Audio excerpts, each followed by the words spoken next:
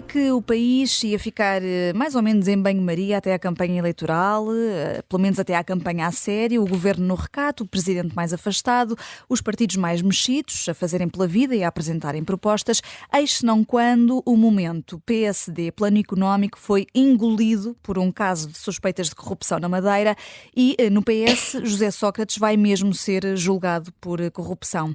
A Susana Peralta, o Luís Aguiar Conraria, o Jorge Fernandes e o João Marcos de Almeida já estão aqui postos. Temos, portanto, jogada da semana em dose dupla e começando logo por esta decisão histórica, quase 10 anos depois, o Tribunal da Relação leva pela primeira vez um ex-primeiro-ministro português a julgamento por 22 crimes e 3 deles são de corrupção e é uma carta de espadas, João Marcos de Almeida, que tens aqui para José Sócrates. Que carta? Olá Vanessa, olá a todos e aos ouvintes. É uma carta de espadas, a espada mais alta que houver é o as de espadas, o mais alto que houver, que há. Não é? É. Já não jogo as cartas há tanto tempo, só jogo aqui todas as semanas.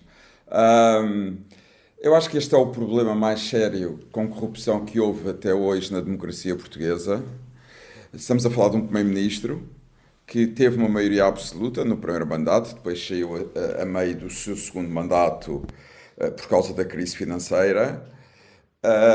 Percebeu-se perfeitamente, segundo a relação, agora ele vai ser julgado, portanto ainda há presunção de inocência, mas os sinais e os indícios para o Tribunal da Relação são muito fortes de que Sócrates estava no meio de um sistema de corrupção, que é gravíssimo, porque era um primeiro-ministro, mas ainda é mais grave porque isto afeta o Partido Socialista e é uma das grandes questões do regime democrático em Portugal, o facto do PS nunca ter querido assumir as responsabilidades políticas disto ter acontecido com o seu líder político. A reação do PS foi, primeiro, separar a justiça da política, que eu acho que é um bom princípio, como António Costa disse de uma maneira famosa, que José Sócrates tinha a sua versão da verdade, ou a sua interpretação da verdade, mas depois a seguir, quando as coisas se tornaram, os indícios até públicos se tornaram mais claros, obviamente que o PS afastou completamente Sócrates, de tal modo que ele hoje já nem sequer é membro do Partido Socialista. De qualquer modo, o PS politicamente não é inocente. Eu obviamente que não estou a dizer nem a sugerir que muitos dos ministros do governo socialista, enquanto Sócrates era primeiro-ministro, estavam envolvidos em casos de corrupção, não estou a dizer nada disso, mas sabiam. E basta falar, muitos deles, não sabiam todos, muitos deles sabiam, não sabiam a dimensão, não sabiam os pormenores, mas tinham uma percepção muito clara que havia coisas muito estranhas no comportamento de Sócrates. Já na altura se falava em privado, que é sempre uma coisa terrível na democracia portuguesa, e calculo também seja das outras democracias, nós conhecemos melhor a portuguesa, é que há muita coisa que se diz em privado que ninguém assume em público e que depois até é negada em público, e quando é sobre coisas sérias é complicado.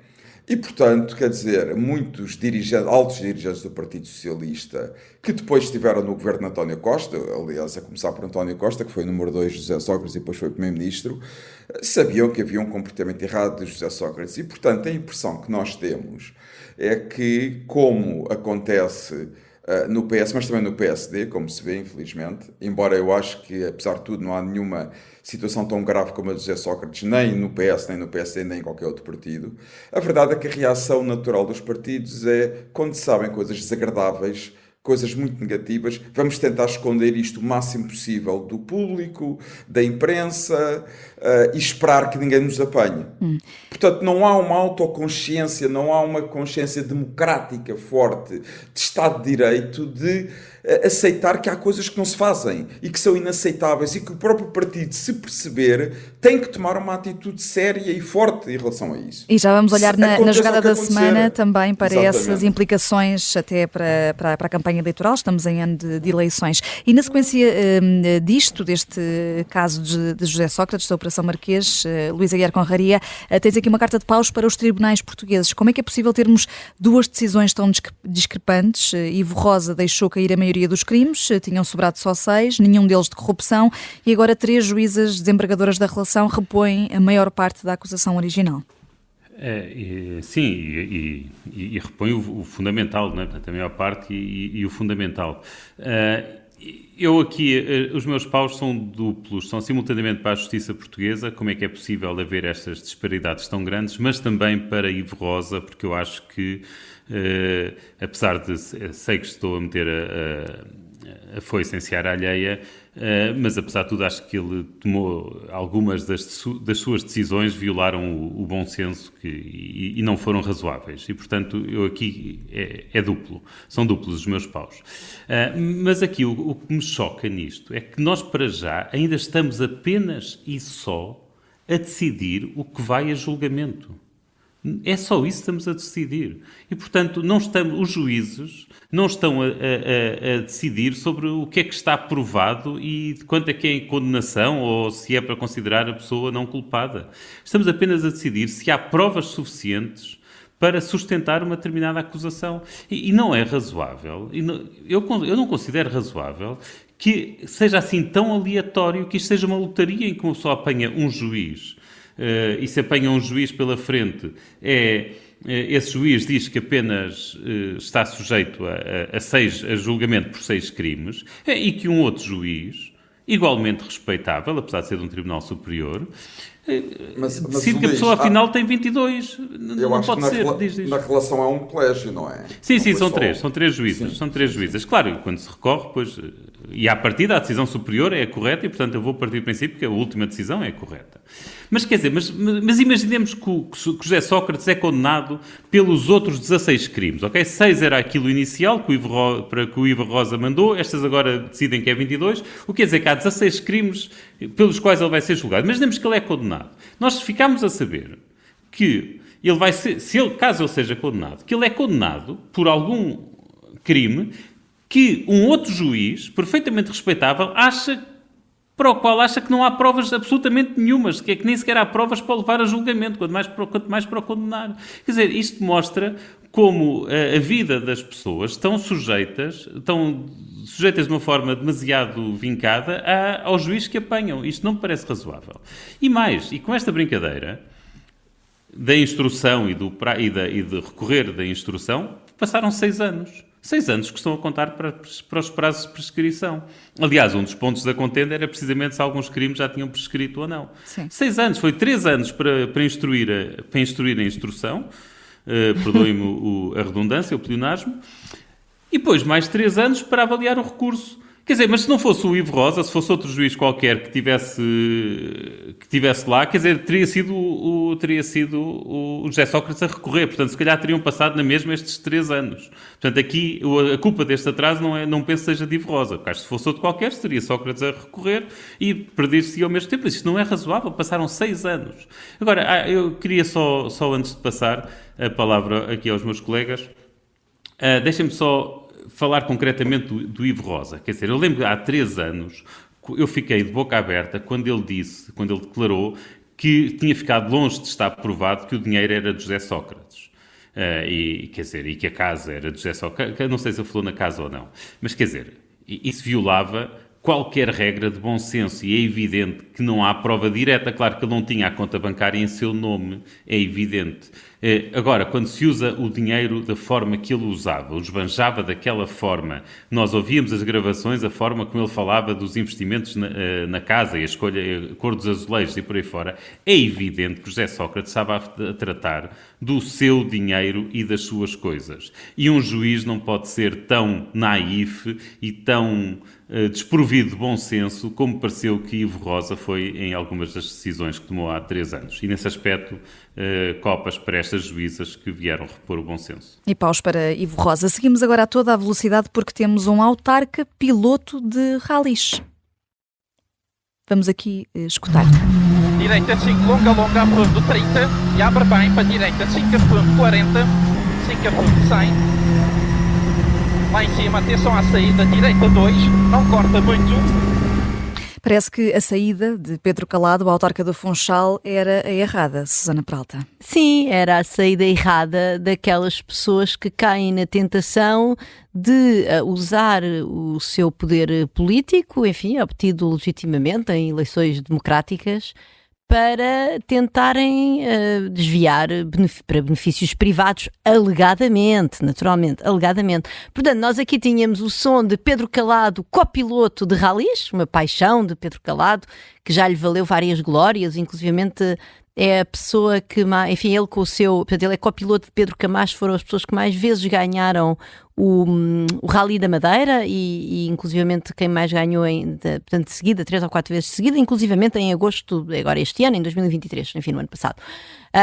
E portanto, o que é que acontece? Acontece que o automobilista Pedro Calado foi também vice-presidente do Governo Regional da Madeira, vice-presidente de Miguel Albuquerque, e depois, mais tarde, foi eleito presidente da Câmara do Funchal e, alegadamente, utilizava o seu poder na atribuição de contratação pública para financiar, para beneficiar algumas empresas nessa contratação pública que depois financiavam o seu desporto, porque já agora, não sei se reparaste, Joker, mas esta coisa dos rallies sai um bocado caro. Porque não é a mesma coisa do que jogar à bola ou jogar ténis, não é? Estamos a falar de um desporto... Outro tipo de equipamento. É outro tipo de equipamento, exatamente, e portanto é caro. E então, Pedro Calado é então suspeito de, digamos, distorcer a contratação pública para financiar empresas que depois financiavam as equipas nas quais participava e fez também coisas extraordinárias e foi uma das coisas que chamou a atenção da oposição no verão passado e que agora também faz parte deste processo, que foi financiar uma equipa de Valongo, uma equipa de ralis de Valongo, do norte do continente, uma equipa cubana de Valongo, cubana no sentido madeirense, não no sentido da ilha, da outra ilha, de Valongo, para participar em ralis em Espanha. E segundo o Pedro Calado, essa era uma forma, e aqui já não é alegadamente, porque isto é um facto, era uma forma de promover o Funchal. Acontece que a oposição, e designadamente uma pessoa do Movimento Partido da Terra, designadamente o Partido da Terra, veio acusar diretamente Pedro Calado de estar a transferir dinheiro para essa equipa de Valongo, porque o próprio Pedro Calado no passado já tinha corrido por essa equipa, e tudo isso é um facto. O que não é um facto é que o que é alegado e aquilo que ainda vai ter que ser agora julgado é que esta transferência para essa equipa fosse para pagar, no fundo, o facto de Pedro Calado já ter corrido nessa equipa. É claro que Pedro Calado não se coibiu de ter a outra saída errada muito comum nos políticos acossados, que foi a de ameaçar processar o político do Movimento Partido da Terra por ofensa à dignidade, etc. E pronto, são várias as saídas erradas de Pedro Calado, mas eu realmente devo dizer que estou muito divertida, porque eu não fazia ideia que o autarca do Funchal era afinal um grande campeão de ralis, e desejo-lhe boa sorte na sua carreira. Pedia-lhe era encarecidamente que não misturasse os planos. Como é um desporto caro, o rally vai uma carta de ouros. E é no meio deste alvoroço todo que Luís Montenegro apresentou o plano económico da AD. De resto, estas suspeitas e as buscas, neste caso de suspeitas de corrupção na Madeira, aconteceu precisamente no dia da apresentação do plano económico da AD, e do que leste e ouviste, Jorge Fernandes, umas copas. Sim, há imensa coisa que está a acontecer em Portugal e infelizmente, aliás temos estado a falar isso desde o início do programa, infelizmente quase todas estas coisas no fundo concorrem para aquilo que será, em minha opinião, um momento extremamente negativo para a democracia portuguesa no dia 10 de março. E, portanto, infelizmente temos discutido pouco ou nenhuma política, não é? E o PSD cometeu ainda um erro capital na gestão do erro da Madeira, que vamos falar a seguir. Agora, eu queria saudar, de qualquer forma, o evento do PSD que foi organizado no domingo passado e do qual aqui o nosso João Marques de Almeida fez parte, e onde se mostrou um conjunto de ideias e de pessoas e de propostas para o país. Foi da AD, Jorge, não foi do PSD. Sim, perdão, exatamente, foi da AD. E já agora, na semana passada, até deste copas à AD e nem disseste nada, João, de que ias discursar. Retribuíram-te o amor, João? Queria saber isso. Se os membros das listas que estavam lá te retribuíram os corações. Foi amor do princípio até ao fim. Bom, mas ao contrário de muitos comentadores, eu acho que Montenegro fez um bom discurso e elencou um conjunto de medidas importantes. E depois, enfim, apresentou o programa económico, onde é assessorado por algumas das melhores cabeças a pensar a economia em Portugal. Enfim, essa apresentação foi completamente eclipsada pelo que se passou na Madeira, mas há algumas medidas que eu acho interessantes, nomeadamente as creches gratuitas, utilizando toda a capacidade instalada, ver se acabamos de ver com os tabus socialistas de que apenas podemos utilizar o serviço público, a baixa do IRS para os jovens até 35 anos, ou a isenção dos impostos, o imposto de selo na compra da primeira casa. Bem, acima de tudo, eu dei estas copas pelo seguinte: nós podemos concordar, discordar do programa da AD, mas acho que para o bem da democracia portuguesa, para a salubridade da democracia portuguesa e para evitarmos estar a falar constantemente do Chega ou de como, ou no fundo a alimentar um conjunto de casos no PS e no PSD que apenas vão favorecer o Chega, eu acho que está na altura, Portugal está numa encruzilhada, está na altura de discutirmos política e políticas, à esquerda e à direita, quer dizer, eu quero ver um debate entre Montenegro e Pedro Nuno Santos em que cada um apresenta as suas propostas, e acho que seria muito importante para o país e para toda a gente que nós realmente avançássemos nesta direção, e espero que não tenhamos mais nenhuma surpresas desagradáveis relativamente a casos de corrupção, intervenções do Ministério Público, etc. E ainda por cima, quando os partidos, como foi o caso do PSD, manifestamente essa semana, souberam gerir tão mal esta situação, mas isso já vamos falar na segunda parte. Já vamos falar na segunda parte. De facto, temos aqui outra vez a justiça e a política em alvoroço completo. Fazemos só aqui uma curta pausa e voltamos já a seguir. Até já.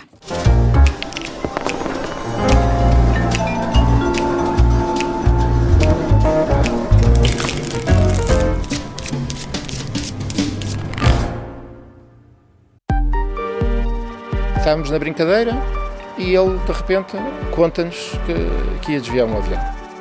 Este é o Piratinha do Ar. Abriu a porta, entrou por ali dentro e apontou-nos a arma. Uma série para ouvir em 6 episódios que faz parte dos Podcast Plus do Observador. É narrada por mim, Margarida Villanova, e a banda sonora original é de David Fonseca. Os Podcast Plus do Observador têm o apoio da Onda Automóveis.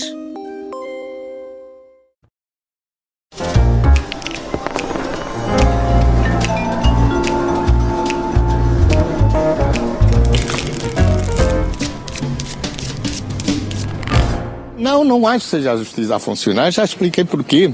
Em primeiro lugar, não estou de acordo com a decisão da relação.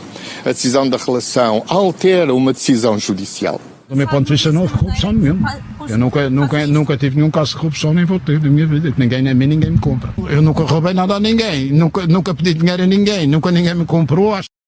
Estas declarações de José Sócrates I e de Miguel Albuquerque depois ficam certamente para a história política e judicial do país, e estes casos de suspeitas de corrupção têm desenvolvimentos em ano de eleições. Estamos na jogada da semana do Fora do Baralho. Vai agravar-se ainda mais, Susana Peralta, a percepção que os eleitores têm dos políticos e o distanciamento a que vimos assistindo? Eu julgo que é evidente que nós estarmos enfiados neste atoleiro, não é? Em que tivemos a queda de um governo de maioria absoluta no continente por causa de um alegado esquema de tráfico de influências que chegava ao coração de São Bento, ao chefe de gabinete e ao melhor amigo do primeiro-ministro. E agora, em plena campanha eleitoral para os Açores, enfim, mas o governo dos Açores não caiu pelas mesmas razões, e em pré-campanha eleitoral para o continente, para as eleições do Governo Central, peço desculpa, não é do continente. A Madeira e os Açores também participam nestas eleições legislativas, como não poderia deixar de ser.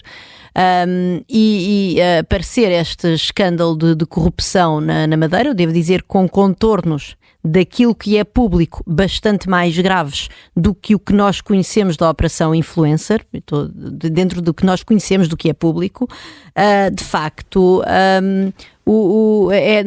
isto não abona em favor da nossa democracia, e isto não pode deixar qualquer pessoa democrata descansada, porque de facto ficamos com a ideia, enfim, adensa, essa tal ideia que as pessoas podem ter de que todos os políticos são corruptos, mas obviamente que isso não é verdade. Eu queria ainda chamar a atenção para o seguinte, e até ligando com a questão com o que o Luís falou na primeira parte acerca da Operação Marquês e do tempo que isto demorou. A Operação Marquês, realmente nós tivemos 3 anos, grosso modo, está bem? 3 anos para ter a acusação, 3 anos para ter a instrução e agora 3 anos para o recurso da instrução, e assim estamos a chegar aos 9 anos, vamos do momento em que Sócrates foi preso no aeroporto de Lisboa. Sendo que a investigação já começou há mais de 10. Pronto, exatamente, e a investigação era anterior a isso. Susana, os governos duram menos do que as fases da instrução. É inacreditável, isto é uma coisa terrível. E, de facto, em que é que isto se liga com a história de Miguel Albuquerque? Já agora, eu dei a gradação de gravidade entre a história da Madeira e a história da Operação Influencer, também, para ser honesta, tenho que dizer que, quer dizer, o caso Sócrates é obviamente o caso mais grave da nossa democracia até hoje, não é? E é sem paralelo também com a questão da Madeira, pela sua dimensão e pela gravidade de tudo o que está envolvido. Mas, enfim, mais uma vez, daquilo que é conhecido. Mas o que é que acontece? Quer dizer, nós termos uma justiça que é efetivamente inapta para lidar com casos de corrupção, até desde logo, porque repara, estas pessoas continuam a viver dos produtos dos benefícios financeiros e económicos que obtiveram alegadamente de forma criminosa, e eu recordo, enfim, que Miguel que peço desculpa a Ricardo Salgado, por exemplo, que está envolvido na Operação Marquês, continua a viver uma vida faustosa. Portanto, mesmo o facto de estes processos prolongam-se eternamente, como se prolongam eternamente, nós não recuperamos os ativos, como não recuperamos ativos, estes tipos continuam a viver à grande com o dinheiro que não é deles, e portanto o crime compensa em Portugal, o crime de corrupção em Portugal compensa, até ver. E de facto, isso reforça a necessidade do braço preventivo, não só porque isto quer dizer que, como o crime compensa, que à partida a política atrai pessoas mais corruptas, não quer dizer que todos sejam corruptos, longe de mim afirmar isso, não acredito minimamente nisso, mas de facto uma pessoa que à partida acho que tenha, digamos, limites ético-morais gelatinosos, tem interesse aí para a política, porque isto de facto rende bastante, em primeiro lugar. E depois esta desconfiança que nós temos, porque de facto vemos que os processos se arrastam eternamente, etc. Portanto, é importante cortar o mal pela raiz e, digamos, os responsáveis partidários terem códigos de ética à prova de bala, serem muito cuidadosos na seleção dos seus quadros.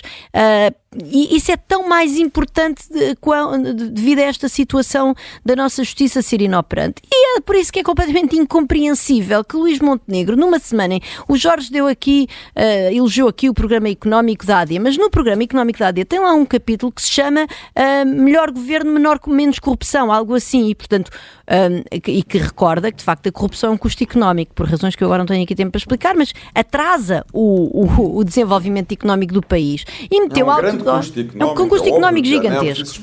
Pronto, é um custo económico, distorce as decisões de investimento, mete dinheiro nos setores errados, nas empresas erradas e, portanto, de facto pesa. E, portanto, é uma coisa que atrasa o desenvolvimento do país e o crescimento do país.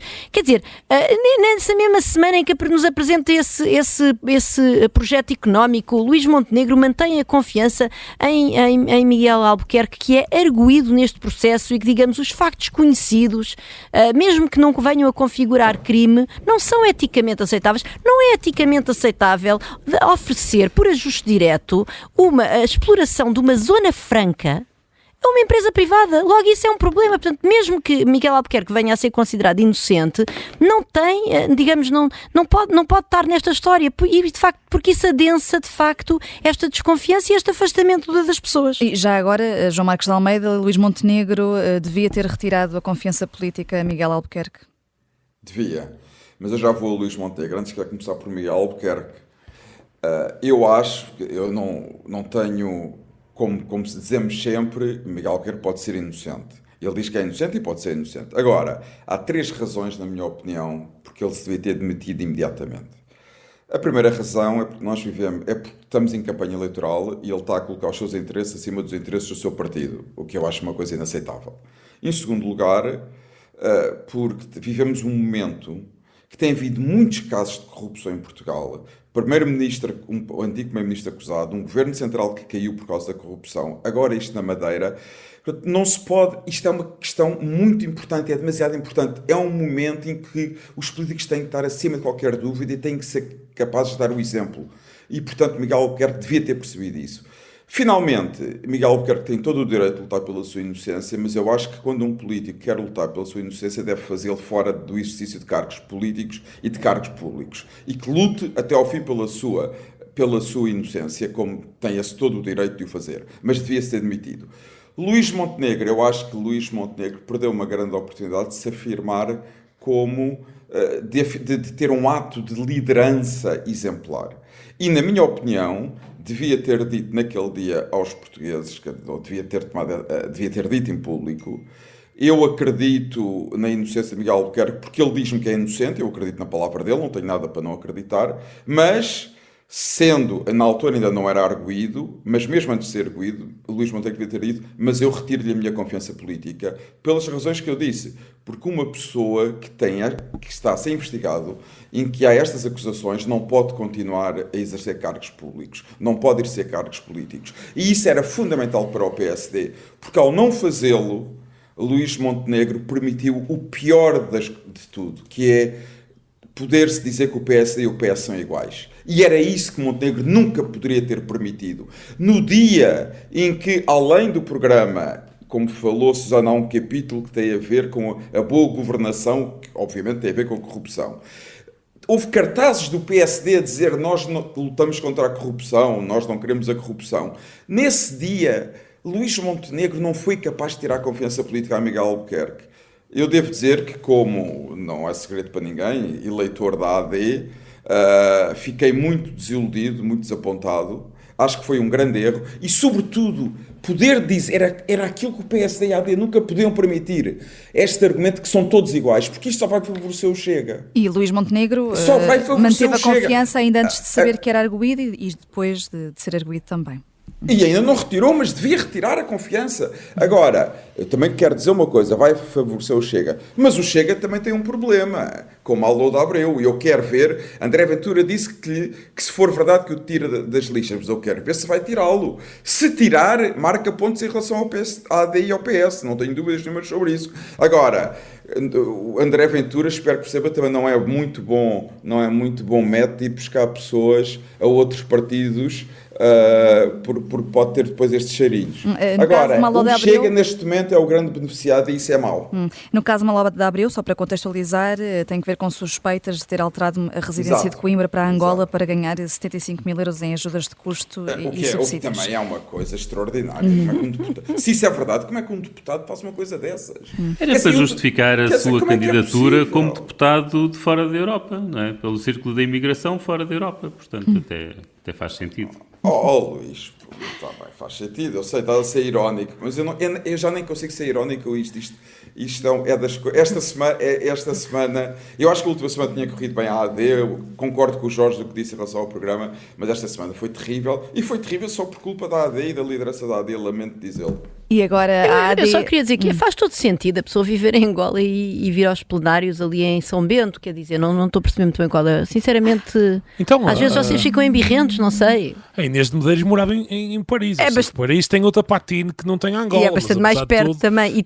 E eu queria dizer mas enfim, é o mesmo princípio. Mas ela de facto vivia lá. Pois, isso é duvidoso. Não, mas ela, em todo o caso, pois mas ela tinha vivido lá, ou seja, era uma pessoa que já tinha residido em Paris. Depois, em que momento exato é que se mudou para Lisboa, é aqui um tema. Não, longe de mim defender-me lá da Abreu, mas quer dizer, o que eu quero dizer simplesmente é que, acima de tudo, o que me espanta é como é que o Parlamento e os serviços do Parlamento ainda deixam que isto aconteça. Isso é verdade. Nem Maló da Abreu, nem Inês de Medeiros são casos únicos. Estas coisas existem, enfim. Mas deixemos Angola e Paris, vamos mesmo voltar à Madeira. Temos Miguel Albuquerque a fazer fim-capé de que fica, mas há duas moções de censura anunciadas, de PS e Chega, sendo que os socialistas anteciparam-se. Jorge, o país aguenta 4 eleições num só ano? Claro que aguenta, quer dizer, eu não tenho nada a visão... É a democracia a funcionar? Penso que é a democracia a funcionar, não tenho nada a visão, por exemplo, que o Marcelo Rebelo de Sousa tem, que a política, tudo deve ser sacrificado, que em política tudo deve ser sacrificado no altar da estabilidade, e que a estabilidade é a coisa que mais importa. É evidente que no caso da Madeira, se as coisas que decorrerem como deveriam, pelo menos na minha opinião, decorrer, Miguel Albuquerque tem que... Jorge, a democracia é o regime dos princípios.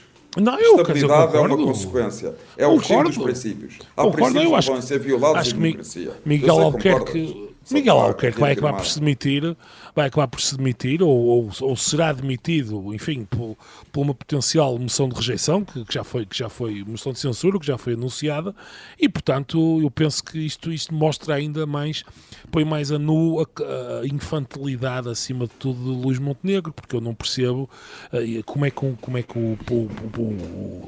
enfim, alguém quer ser primeiro-ministro em Portugal e não consegue perceber simplesmente que é uma questão de tempo até a situação de Miguel Albuquerque se tornar insustentável. Mesmo que naquele primeiro momento as coisas ainda se poderia dizer que a situação era defensável, que já não era, na minha opinião, mas é evidente que a coisa é insustentável e que há uma questão de tempo até termos a demissão de Albuquerque, e o dano político a Montenegro, que é acima de tudo, e o dano político à campanha nacional da AD, está feito. Quer dizer, Montenegro não tem uma segunda oportunidade, no fundo, para causar uma boa impressão, e poderia ter utilizado isto, tinha a baliza aberta, digamos assim, para se poder, para ganhar pontos, não só em relação ao PS, por dizer, não, nós aqui no PSD temos princípios e aplicamos estes princípios, mesmo quando isso implica danos reputacionais aos nossos. E, ao mesmo tempo, em relação ao Chega, porque tudo isto só ajuda aquilo que a Susana estava a dizer, o atoleiro, a imagem de atoleiro político que o Chega quer criar, uma amálgama generalizada que os políticos andam a roubar, etc. O Chega não quer criar. Quem está a criar foi o PS e o PSD, lamento dizer. Não é isso. Quer dizer, o ponto aqui é, o PS e o PSD, no fundo, ajudam à missa, se quisermos pôr isto assim, ou ajudam com as suas várias ações. Não fazem a missa. Fazem a missa. Pô, exatamente. São o padre e o sacristão. Exato, mas o Chega depois aproveita para fazer disso o seu tema, um dos seus temas principais de campanha, e é evidente que este tipo de atitudes de Montenegro não ajudam minimamente a AD e a campanha duríssima que Montenegro já tem pela frente. Eu penso que, não sei, quer dizer, acho que veremos, mas isto poderá ter selado definitivamente as possibilidades de Montenegro chegar a primeiro-ministro, sem, naturalmente, enfim, salvaguardada a ideia de que ele pode vir a dar o dito por não dito e a coligar-se com o Chega. Aí, enfim, a situação mudará, mas acho que com este cenário muito dificilmente ficará em primeiro lugar em relação a Pedro Nuno Santos. E há aqui, Luís, falta de coerência no PSD, a começar pelo próprio Miguel Albuquerque, depois de ter visto como quase inevitável a demissão de António Costa a propósito da Operação Influencer, sendo que há uma diferença aqui, Costa nem sequer arguído é. É evidente que há falta de coerência, é evidente que as argumentações apresentadas foram fracas, quer dizer, quando Luís Montenegro diz os casos são incomparáveis, há muitas diferenças entre o caso de António Costa e Miguel de Albuquerque, e eu não vou aqui elencá-las, ainda bem que não as elencou, porque se ele as elencasse, as diferenças mostravam que o caso de Miguel Albuquerque era mais grave. E estou a falar disto porque António Costa se demitiu antes dos 75.800 euros que apareceram no gabinete do outro, ok? Porque acho que isso também é outra... se fosse depois, aí acho que a partir do momento em que houvesse essa descoberta, a sua demissão era inevitável, senão andamos aqui a brincar. Mas eu queria aqui chamar a atenção era para outra coisa. Se é verdade que isto contribui para a ideia de PS e PSD são iguais e contribui para, de certa forma, dar razão a até pessoas como eu, que acham que isto não é tanto uma questão socialista, mas sim uma questão do partido que está no poder. E salvaguardando sempre que o José Sócrates é um caso excepcional, mas é mesmo um caso excepcional, não é como se o José Sócrates fosse o problema. Se o José Sócrates fosse o problema, tinha deixado de haver problemas, porque ele está fora de jogo, não é? Portanto, se continuamos com problemas é porque o problema não é só ele. E aí, de facto, acho que o problema é o poder. Mas acho que estamos sempre aqui a falar no Chega. Mas porquê é que estamos sempre a falar no Chega? Quer dizer, houve um partido que foi altamente pressionado para estar na AD, para se coligar com o PSD e com o CDS, e que se recusou, que é a Iniciativa Liberal.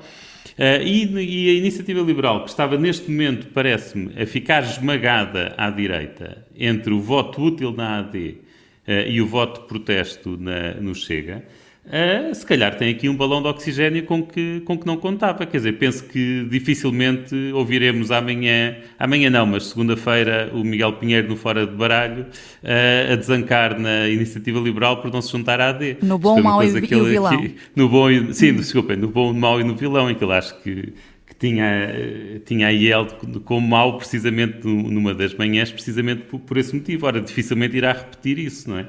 Portanto, eu acho que há aqui uma oportunidade para a direita. A direita é bom, eu acho que é importante lembrarmos os eleitores da direita que não estão apenas entalados entre um PSD que, em alguns aspectos, como se está a ver, ou PSD ou AD, que em alguns aspectos, como se vê, se confunde com o PS, e um partido radical e populista como o Chega.